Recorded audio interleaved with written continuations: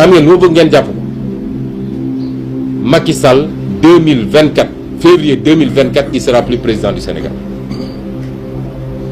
ginnaaw ay kàddu yi nga xam ne moom mi njiitalu Moursas di la Moursas Dia jamono guñ toon yëkkati na ko di wéy turu sëñ Moustapha Sy bu sëñ Cheikh Ahmed Tidiane Sy Al Maktoum xamal ne bu baax a baax tey ji li nga xam ne kat moo di lenn ci yeneen yi rawatina ki nga xam ne kat moo di Yonent Daawda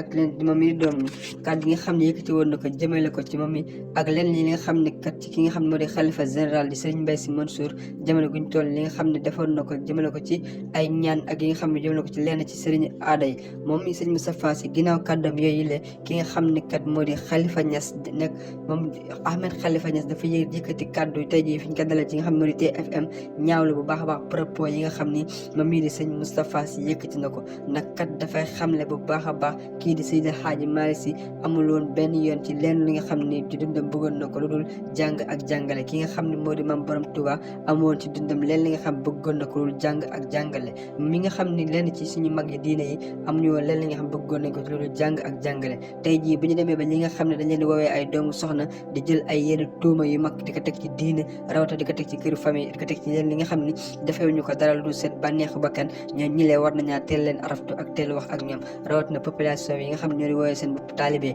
war nañ bu baax baax ju xool ñan la ñuy jox seen i bopp ak seen i bakkan waaye tamit bu baax topp sëñ bi ngay topp yaakaar ko war nga xool ba fekkee li nga gis ci moom ak yi nga yaakaar gisu toog ci moom nga teeloo débarrassé wu ndax kat bu loolu kat dina la yóbbe fi nga xam ne du yóbbukaay bu baax ba moom mii di xam ne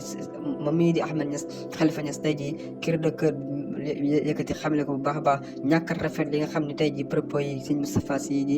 Al Maktoum yëkkati na ko waaye tamit ñàkk rafet bu baax Sénégal gi jamono gi ni muy doxee rawat na diine ji ndax kat gis na ne bu baax a baax pays bu am solo ci diine waaye tamit jamono guñ toll ni pays buñ tumuraanke la ci diine ndax kat diine amul benn yoon ñi koy taxawul jamono guñ toll ni di wax ci wax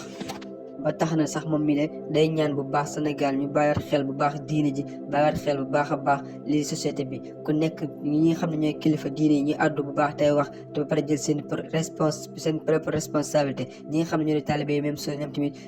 àddu bu baax te jël seen propre responsabilité moom mi ne loolu la xam ne ci plateau ginnaaw bi ñu ko dalalee ci plateau bi nga xam moo di TFM mu nekk mbir yi nga xam métti lu na ko bu baax a baax a baax Ahmed Khalifa Niass gars yi wooy leen di abonné fi nga xam ne moo di Info Actu 221 ndax lépp loo xam information ñu leen koy indi